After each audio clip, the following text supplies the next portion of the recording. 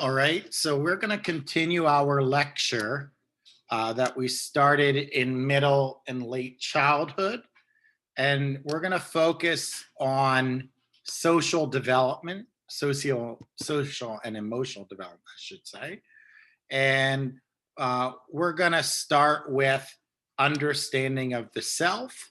And so when we talk about the self from a personality point of view is your global identity, and it's what makes you who you are. So what's interesting is that how one define themselves shifts towards using more internal representation, that or personality traits. That's very important here. So we start to develop an internal compass. But we also recognize the social aspects of the self. And how do we recognize the social aspects of the self? We compare ourselves relative to our peers. So that's developing self-understanding. We also start to develop understanding of others. And you may recall that we talked about perspective taking and in cognitive development with Piaget, in the pre-operational thought, you couldn't understand 2 points of view, so you develop egocentrism. But by school age time, you pass the 3 mountains task, which means that you have an ability to perspective take and try and understand other people's point of view. We become skeptical of other people's claims. We start to question things more. And that's actually very healthy for a child to do. Other aspects of the self-esteem, when we talk about self-esteem versus self-worth versus self-concept, each of these mean different things, but self-esteem is your global evaluation of the self. So if we're going to look at you, it's your determination of your overall value. Now, self-concept, you might hear some people refer to as self-efficacy. Well, these are domain specific. So a person could have a healthy self-esteem, but feel less competent when it comes to singing. So they could say, overall, I'm good, but don't put me on stage, kind of thing. So that's the difference between self-esteem and self-concept. Beliefs about self-esteem don't always match up with reality. So what do we know about self-esteem, which is your global sense of self? Kids who have high self-esteem, they don't do better necessarily at school. They can have greater initiative, which could be positive or negative. And they're prone to both pro-social and antisocial action. So having high self-esteem might make a person more inclined to, defy the teacher. So how do we improve self-esteem? So having self-esteem is important. Well, the first thing you need to do is identify, well, what are the causes of this individual's low self-esteem? We need to provide as much emotional support and social approval as possible. Social rejection is known to put a threat to self-esteem. Any way possible, if we can help the child achieve, that would be a good thing as well. So help them academically. That's going to increase their self-esteem, and help them cope with adversity, develop a sense of resiliency and whatnot. All of these things have been known to help improve self-esteem. Now, self-concept, self-efficacy. Self-concept is your view of competency in a given area. Now, self-efficacy is linked to self-concept as well, but this is your belief that you can take an area of flaw or lesser ability and then work on it and master something. So self-efficacy, sort of a belief about one's personal mastery and ultimately getting favorable outcomes. Self-regulation is important so that we can't always say or do what we want. So having self-regulation means to be able to pump the brakes, so to speak. And when we say pump the brakes, that means filter, not say everything that comes to mind.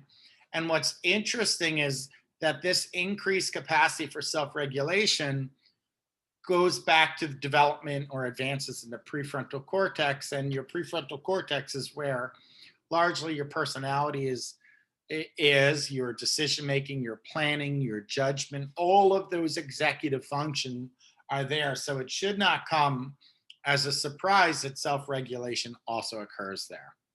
Now, if we're going to follow Erik Erikson's model, we talk about there are 8 different stages of social development. Well, when you enter school, this is your first opportunity for social comparison. So it comes with a sense of either industry or inferiority. Industry is when a person works hard and views himself as successful in the classroom and is curious about how things work. Inferiority, when you do the social comparison with one's peers, it's possible for a person to feel like they're less than. So the school setting is quite important in the development of industry. Now, other developmental changes that occur: increase emotional understanding, increase understanding that more than one emotion can be experienced in a particular situation. So that we would refer to as ambivalence, having mixed emotions. That is common and perfectly acceptable, actually. So people start to discover that they could have mixed emotions. And I'll give you an example. Let's say you had a school-age child who watched a grandparent get really, really sick and suffer in a protracted battle with some illness. And then ultimately, the grandparent succumbs to that illness. Kids at this age bracket, middle and late childhood, might find themselves experiencing multiple emotions or ambivalence and report being both happy and sad that their loved one has passed away. And as a clinical psychologist, it's my job to probe that a little bit and get the child to start talking about, well, why are you happy? Why are you sad? Why are you experiencing these mixed emotions or complex emotions? And if you do that, a common answer is that they're sad because of their loss, but they're happy that the person is no longer suffering. So, they start to discover, that kids at this age, that they can experience more than one emotion. Sometimes that results in a level of guilt around feeling a certain emotion. But in any event, being able to experience multiple emotions, as that second bullet point says, is common. We also are able to identify triggers and the fact that certain events elicit certain emotional reactions. And that's actually crucial because as you go from middle childhood to adolescence, holding this awareness and actually making decisions based on this awareness could avoid a lot of heartache and potentially misbehavior that teenagers can get caught up in. So being aware of what events lead to what emotions or outcomes is quite useful. You also are able to suppress negative emotions.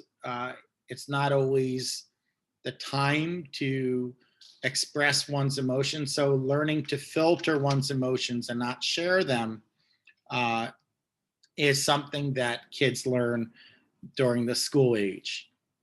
We also have found through research that kids who are school age, if they're feeling certain negative emotions, they can self-regulate, but they can also redirect. So instead of dealing with the emotion, they could get caught up in Roblox or something of that nature that will not force them to experience that pain. So they distract themselves or redirect their feelings.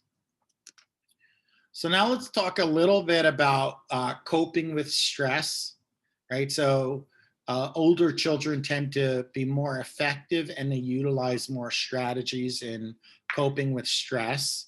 So if you are facilitating the process of helping kids cope with stress, one thing you could do is reassure children that this is normal. This is perfectly, okay to be anxious about something.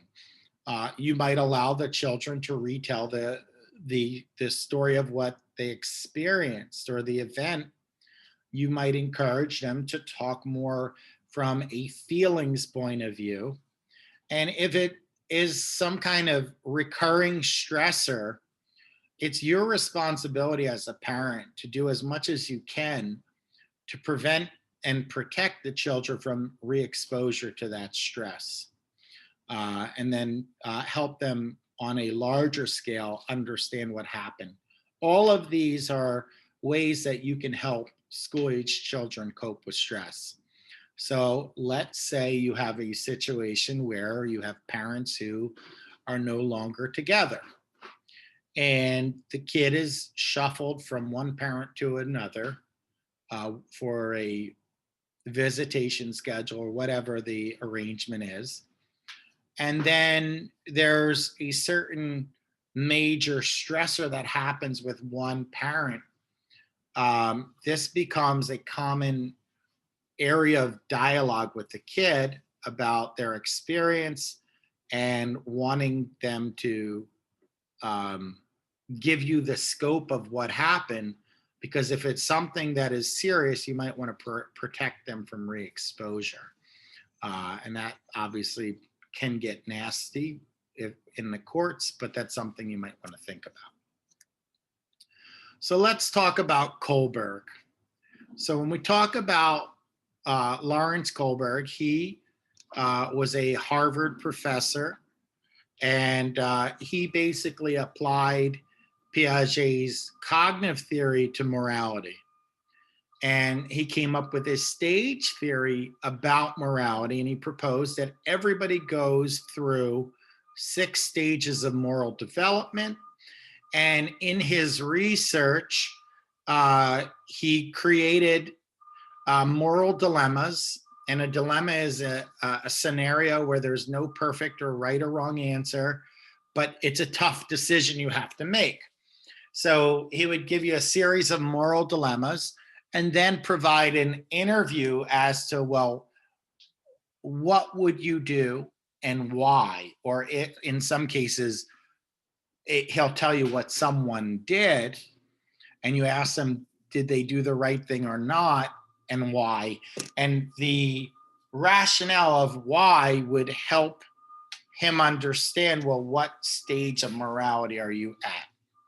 And then obviously, there are 3 general aspects, and each of the stages have 2 sub-stages. So we have pre-conventional morality, which the kid's decision-making is largely based on reward and punishment. Then you have conventional morality, which is largely based on social norms. And then you have post-conventional morality, which is going beyond conventional norms to develop your own personal sense of right and wrong or morality. So what he found was that before the age of 9, most people operate on level 1, which is part of the pre-conventional morality. And then by adolescence, people tend to operate based on conventional morality. And then by early adulthood, people tended to use post-conventional morality. And so what's the research on the theory? The early stages tend to decrease with age. We tend to see by 10 years old, about 62% pardon me, no 10-year-old, but 62% of 32-year-olds are at level 3. And level 4, stage 4, which is post-conventional, didn't occur until late adolescence. All right. So as I said, there are these 3 levels, and then these 3 levels have 2 sub-stages coming to 6 stages. So at stage 1, well, why do people do what they do? Well, you obey adults because they tell you to obey, and your decisions are based on fear of punishment, right? So no real internalization. Is just what everyone is told. And then, by stage 2, you start to see people seeking their personal interests or their own interests, but it's largely based on you scratch my back, I'll scratch yours, some kind of, well, can I get away with it, benefits, things of that nature. In stages 3 and 4, now you're operating based on social norms. So by stage 3, you're starting to value loyalty and starting to understand the importance of authority. And by stage 4, which is part of conventional morality, now you're based on law and order.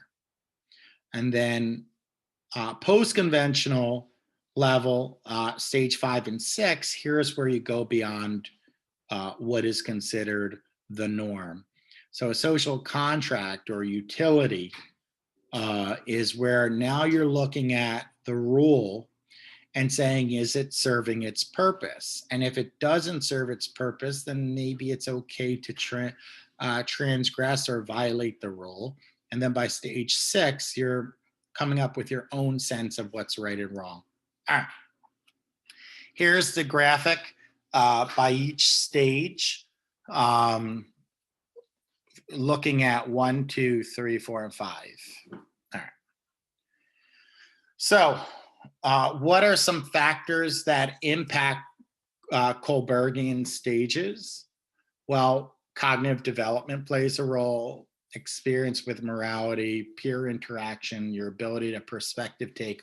All of these play a role in what stage you wind up in. Now, there has been several criticisms to Kohlberg's theory. So one criticism from Bandura is that there's not enough emphasis on the behavior, too much emphasis on the thought. There is also criticism of gender and culture bias. So this is loaded towards a Western society. And it also was loaded towards male thinking patterns. And then in terms of family relationships, as a source of morality, it doesn't even include that, right? So the most common criticism about gender biases comes from Carol Gilligan, which is a colleague of Kohlberg at Harvard. And she said, well, the scenarios or the dilemmas you give load themselves towards justice, which predisposes males to have better outcomes. But if you were to focus on caring and compassion and morality, she felt that females would do better. And one thing that's interesting is she also argued that males and females interpret moral dilemmas differently. And there's some challenge to that interpretation as well. All right. So let's talk a little bit, and I think I mentioned social conventional reasoning, but conventional morality or social conventioning, conventional reasoning is basically, following a set of rules that society lays out for us as a way of structuring uh, behavior or controlling behavior and keeping a system together. Another thing that's relevant is the difference between pro-social and antisocial behaviors. Pro-social behaviors focus on positive actions that advance society or some kind of behavioral aspect of morality, whereas antisocial behavior hinders development. All right. So, what are the three possible components of moral personality? The first is moral identity. So these are moral aspects or commitments that are essential to us. Moral character, these are aspects of willpower and integrity to behave morally. So this is really where the rubber hits the road. So if someone gives you too much change at a supermarket, would you return the extra money, right? Well, that requires, it's tempting, but that requires some level of willpower to resist temptation.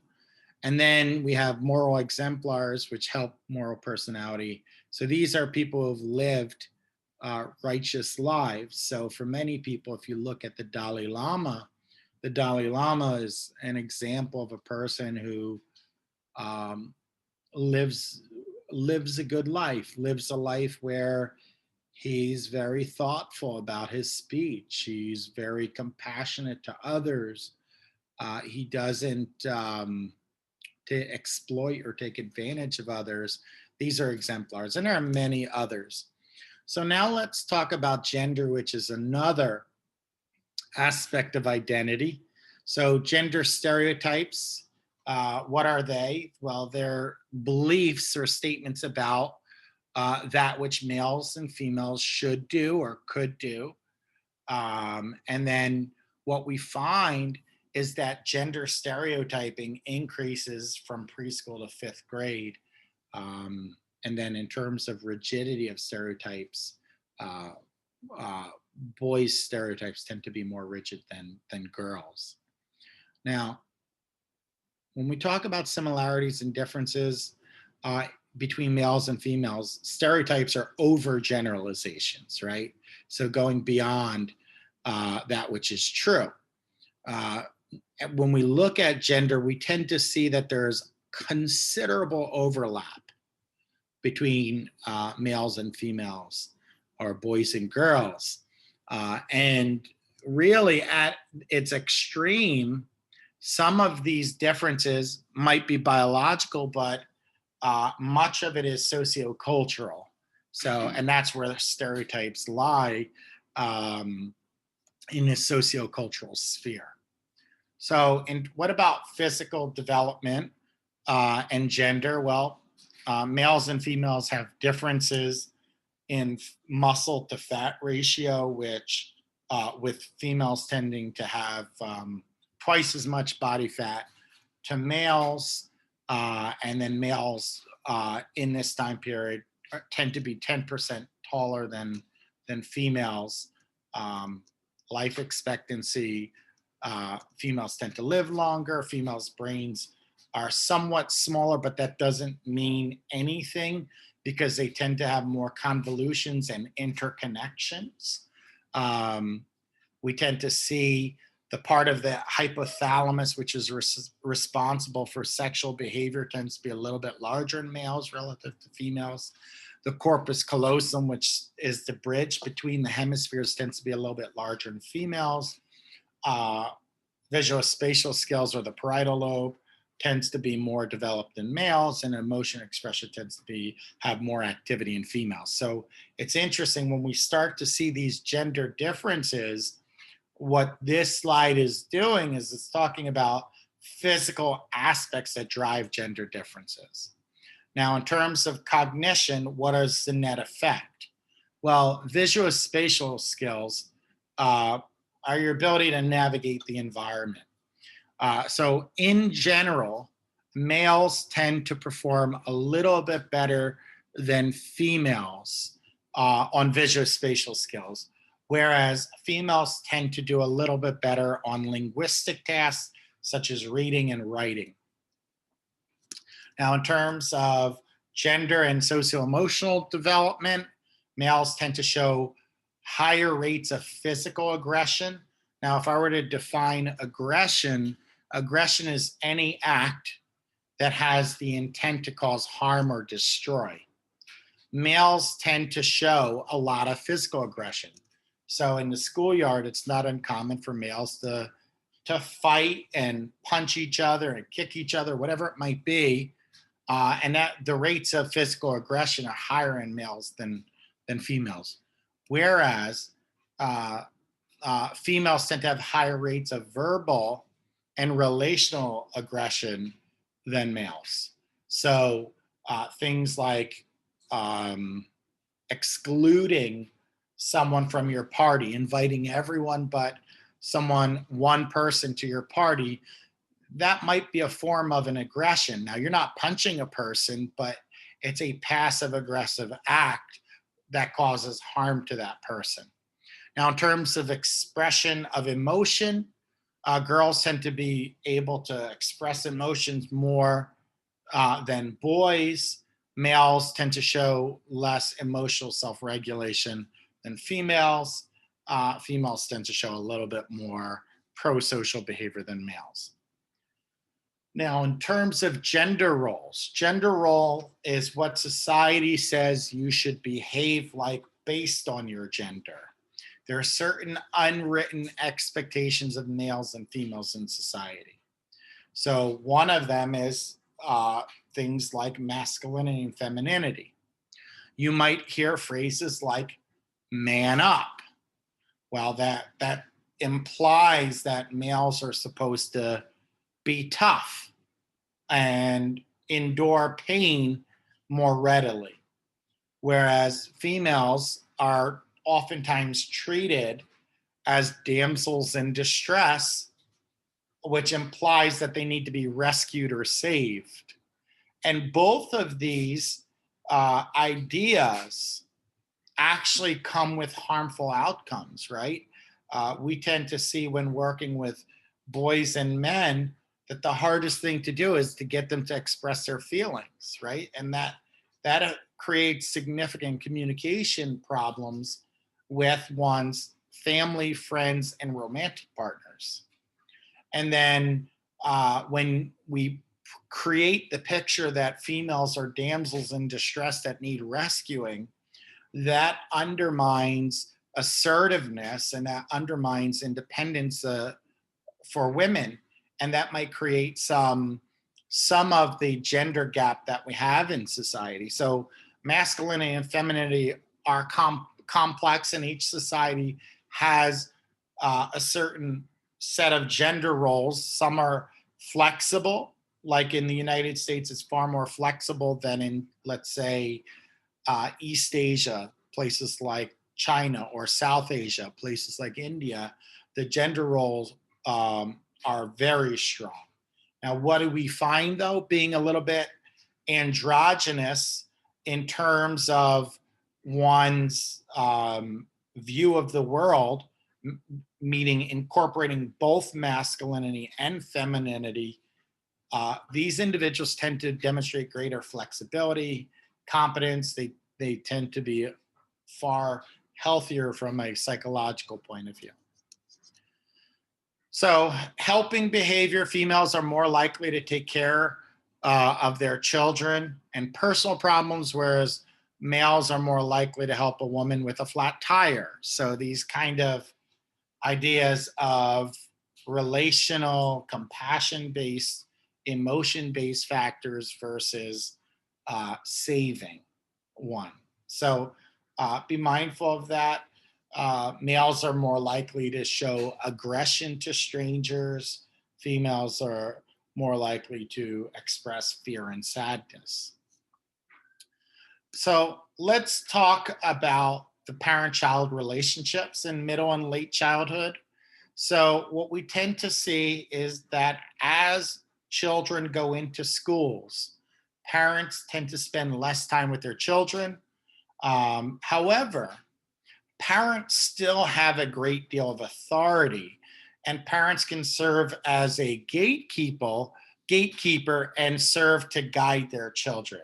Now, I say that because what we're gonna see is once children turn to teenagers or adolescents, then parents lose a certain sense of voice or credibility, and once peers tend to get more credibility.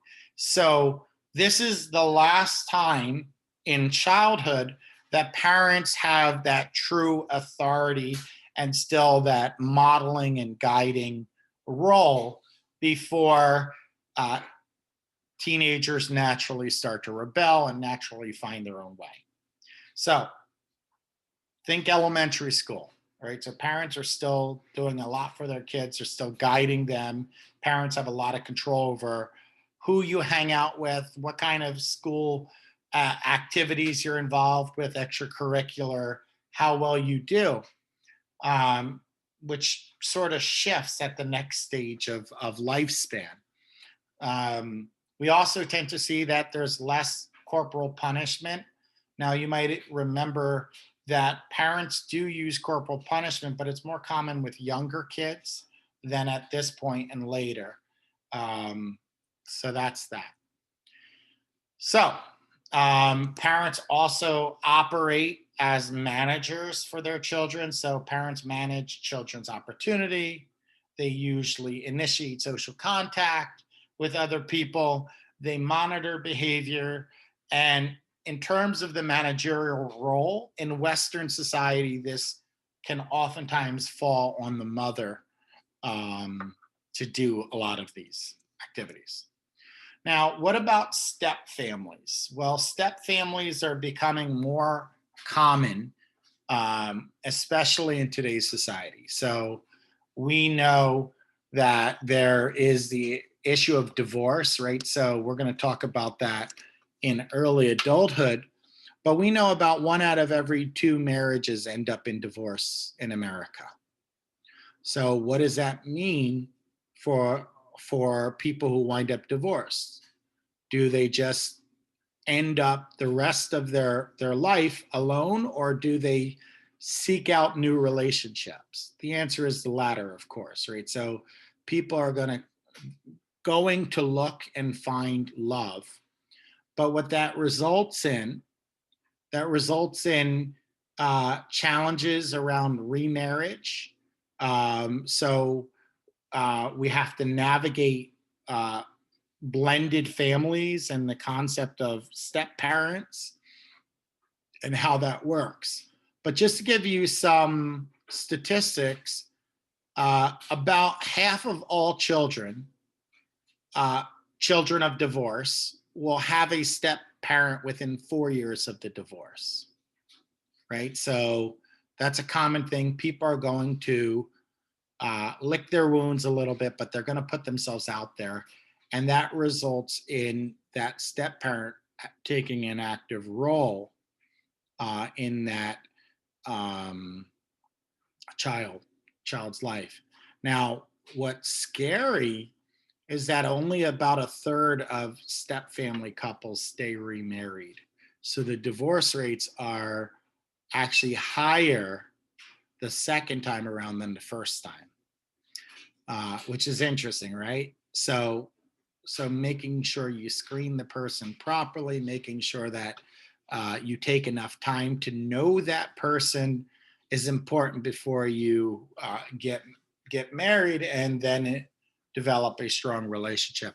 What's pretty cool, though, is that about 3 out of every 4 teenagers who are part of step family report fairly close or very close relationships with their step parents. So that tells you that children are resilient in the face of divorce, and they're able to develop multiple attachments and develop closeness with with a step parent.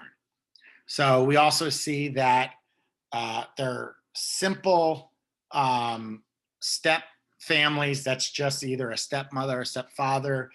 It's easier to blend a family or to build these relationships than when both parties are bringing in children and they have to navigate their relationship, but the relationship between their children as well. So, in terms of adjustment, sometimes children of divorce tend to have greater adjustment problems than non-divorced families. All right, so that's the family unit. Now let's start to look at the peers, right? So having friendships or having positive relationships with your peers is so important for middle and late childhood. Now, keep in mind, middle and late childhood, this is elementary school. So before that, sometimes kids stay home till about 5, 6 years old. But now this is the first time that they have a large group of people to build relationships with. So we start to see reciprocity start to occur. So people become friends with people who do nice things for them and vice versa. We start to see one's social network or peer group tends to increase in middle childhood. And we also start to see that as kids develop more friends and as they increase time in school, there's less supervision from adults. So we start to give more freedom to our children. And then in terms of choice of friends, before puberty, we tend to navigate or gravitate, better yet, to our same-sex peer group until puberty, and then it becomes much more mixed. So what about the popular kids? So many of the popular kids, they tend to benefit from being popular. So they in the social network are at the top of the food chain. So they tend to be responsible for giving out reinforcement to their other peers, such as praise or inclusion or exclusion. They tend to be able to listen more carefully. They tend to, on average, be happier. They like themselves. They tend to be fairly self-confident, popular kids. Neglected kids have low rates of peer interaction. So they have smaller social network. Many times they're described as shy. So now, instead of having large social networks, they have smaller social networks, but meaningful ones. Whereas there's a third group, which are rejected children. And this group of children is the most concerning. These individuals, it's not that they have a large group or a small group of friends. They're actually viewed as an outcast from the class. So they're alienated or excluded from their peers. Now, having children who are rejected or alienated, it's not a good thing because they oftentimes become more aggressive over time. They tend to be more oppositional, defiant in the classroom over time. They tend to be more impulsive, reactive. They don't always have the social skills that are necessary to function within society. All of these create problems. All right, so that's social skills, right? So now let's talk about social cognition. So this is basically thinking about social matters. It goes through 5 basic steps: understanding social cues or breaking down social cues, interpreting what's going on, searching for among the various choices of responses that one could engage in, and then ultimately selecting and enacting the most optimal response. That's social cognition. Now, most of the time, we don't think about our actions. We've done something so many times that it's almost robotic. But for children who are in middle childhood, it's not yet robotic. They have to spend a lot of time thinking about what should I do in this social setting to make sure that it's okay. So we take for granted as adults all this whole social cognition. Now, sometimes we have to spend more time making a decision, but it becomes more automatized as we get older. Okay. Now, in terms of bullying, we tend to see boys and younger middle school students are more likely to be affected by bullying. So when we look at child victims, so victims of bullying tend to be more lonely. They tended to be anxious or withdrawn, had difficulty making friends, so they become the targets of bullying. The bully themselves, when we look at them, they tend to have poor academic performance, low grades in the school. In adolescence, these are the kids who are more likely to engage in substance use problems. But bullying is a serious problem, and it results in a whole host of issues such as depression and suicide. In fact, if you look at the research, childhood suicide is markedly increasing. And you might ask yourself, well, why are kids starting to attempt suicide or take their own life? And the answer is that bullying has gotten more sophisticated. You know, in my day, when I was a kid, if I had a bully, all I had to do was be able to run faster than them and get home. And once I got home, I didn't have to worry about them until the next day. Well, kids are checked in. They have social media. So you could be bullied today 24/7 without relief. So they bully you in the schoolyard, they bully you in the classroom, they then troll you on social media, and then you don't get relief. Well, this long term has significant negative outcomes. So be mindful of bullying, both from the point of view of the victim, but also the person providing bullying. So just giving you a sense of males and females and the kinds of bullying that one experiences. It differs. It differs based on gender.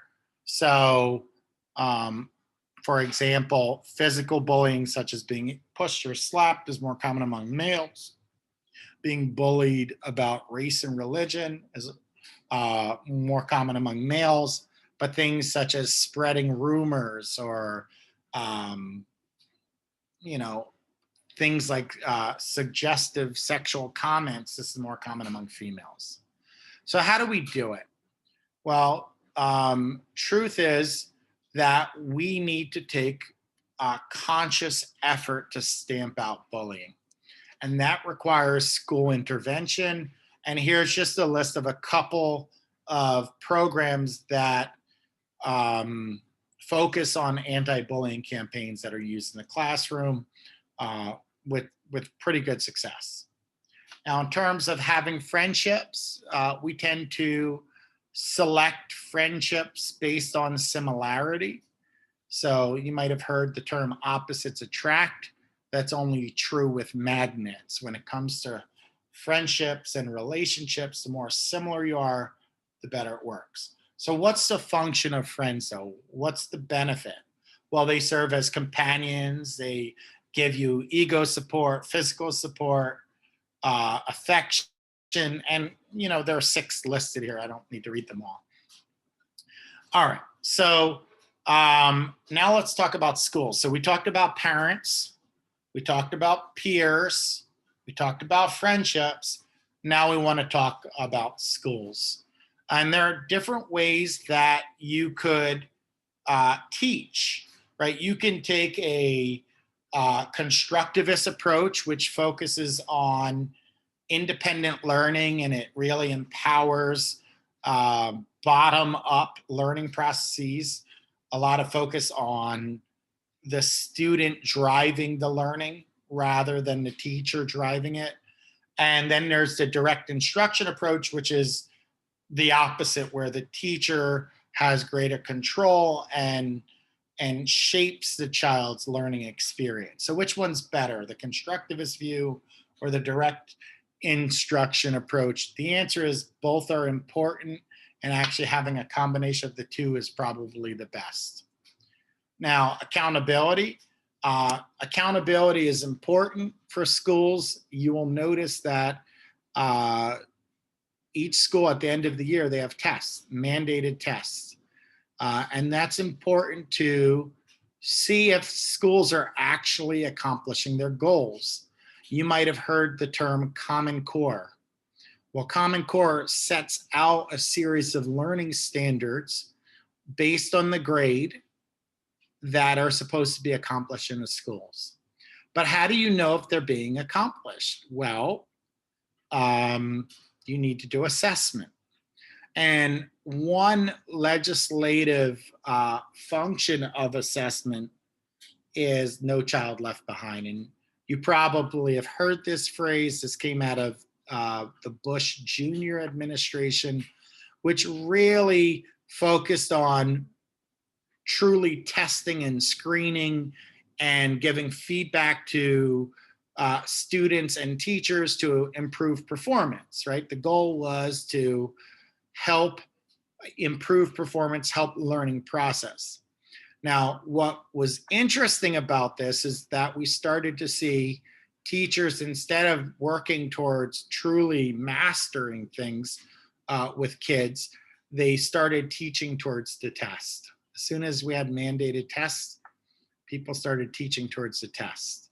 And that's a problem because you don't focus on the skills and the creativity that's necessary for life. You just focus on, well, is this going to be covered at the end of the year examination? We also use annual testing to see what schools are struggling, what individual instructors are struggling, so that changes can occur for the better, and so that parents have greater confidence in the schools. So when we talk about critics of No Child Left Behind, they oftentimes say that taking a child's education and boiling it down to one score doesn't truly cover the issue. And I think I already mentioned this, but the idea of teaching to the test rather than focusing on creativity is a lost opportunity. Gifted children are truly disadvantaged from this because you don't give them enough space to run and develop in this model. And more importantly is that the law allowed each state to set their own standard. And that's why we needed Common Core, which was to kind of say, well, no, on a national level, here are the standards we're supposed to be at. And most states have adopted Common Core. And it is quite revealing if you look at our results in the United States based on what we're expected to demonstrate in knowledge versus what we actually do.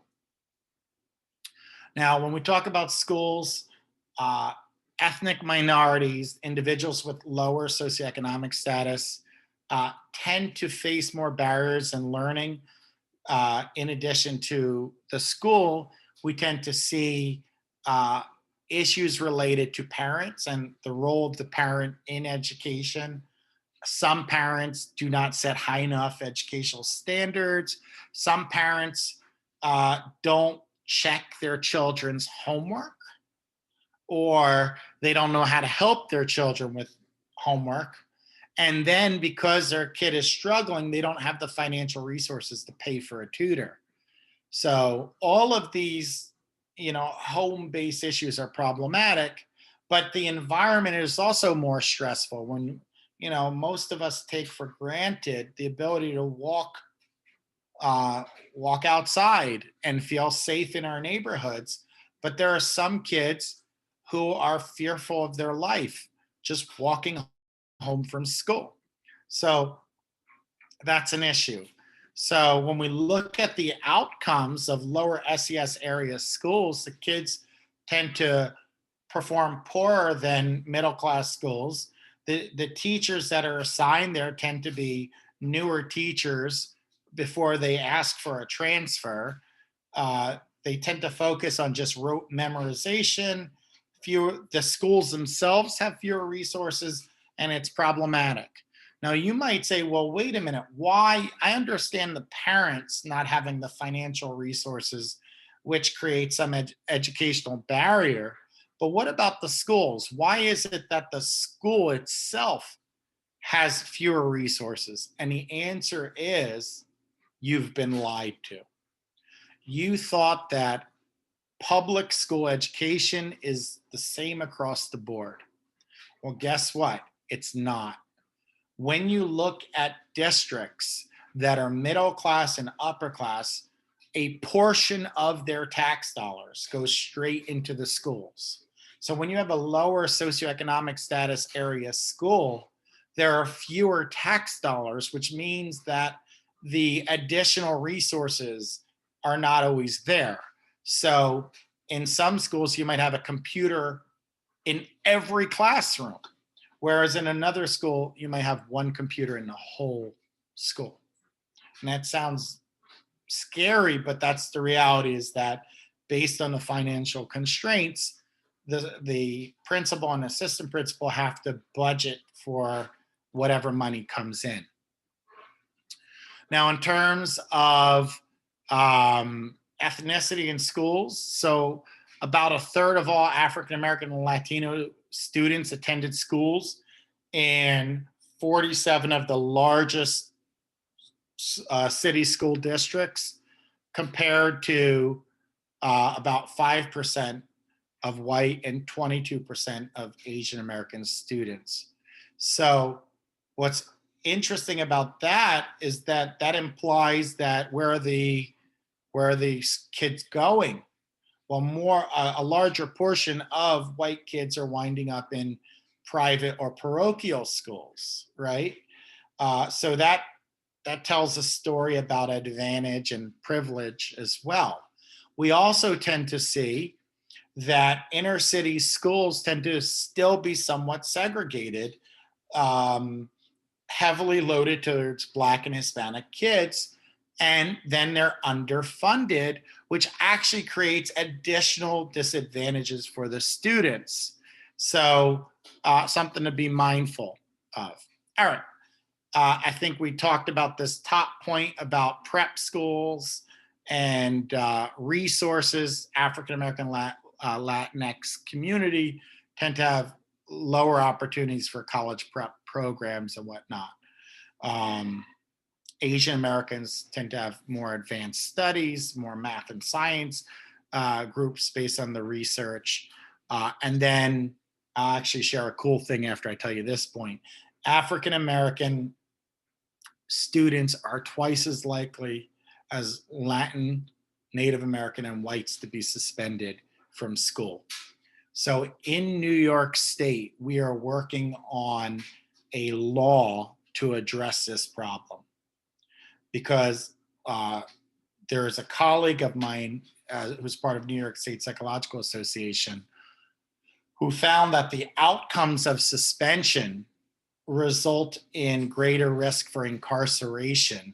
So this law that we are seeking is to shift discipline in the schools away from heavily punitive discipline, away from suspensions, because that actually has serious long-term problems with it. So it's referred to anecdotally as the pipeline to prison prevention legislature. So trying to break that pattern because it's not good. Now, in terms of how do you improve relationships among ethnically diverse students? Well, here in New York City, we get it, right? Because we're very diverse. So Brooklyn and Queens are among the most diverse neighborhoods in the country, let alone the world.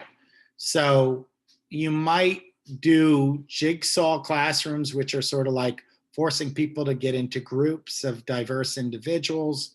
You might encourage positive personal contact.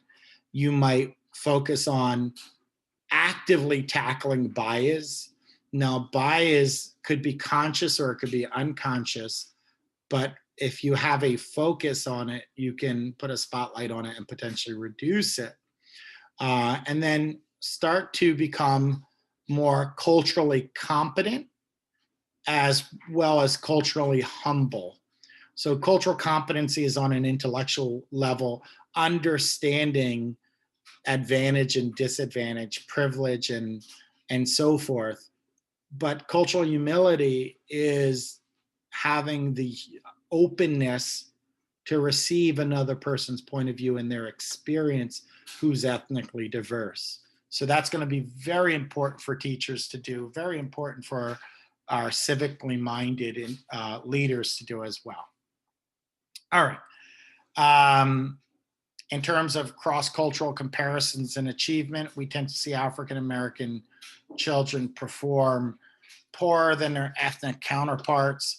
We tend to see American children tend to perform poorer than the developed nations as well, especially in areas of math and science.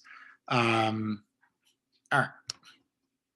So now mindset matters as well. If you have a fixed mindset, you believe that ability can't be changed. So you just say, well, this is the way it's been done. You don't try and do anything about it. Whereas growth mindset is, well, hey, wait a minute. Abilities can change if opportunity is provided. And I strongly advocate for this concept of a growth mindset. So effort and ability, we tend to see that the mean rating, Japan, their schools put an emphasis on effort and less of an emphasis on ability. Whereas as you go away from East Asian schools, the difference between effort and ability gets smaller and smaller. So let's compare Japan, which is quite extreme in their emphasis of effort and hard work over ability, to the United States, which is the dark blue. So if you look at these two bars in mean rating for the green, it's very, very different. Whereas when we look at the dark blue in the United States, it's not so different. It's kind of an even split. And that when you do that, when you put it based on ability versus effort, that puts less emphasis on growth. And that is our lecture. So I'm going to stop the recording there and we'll go from there.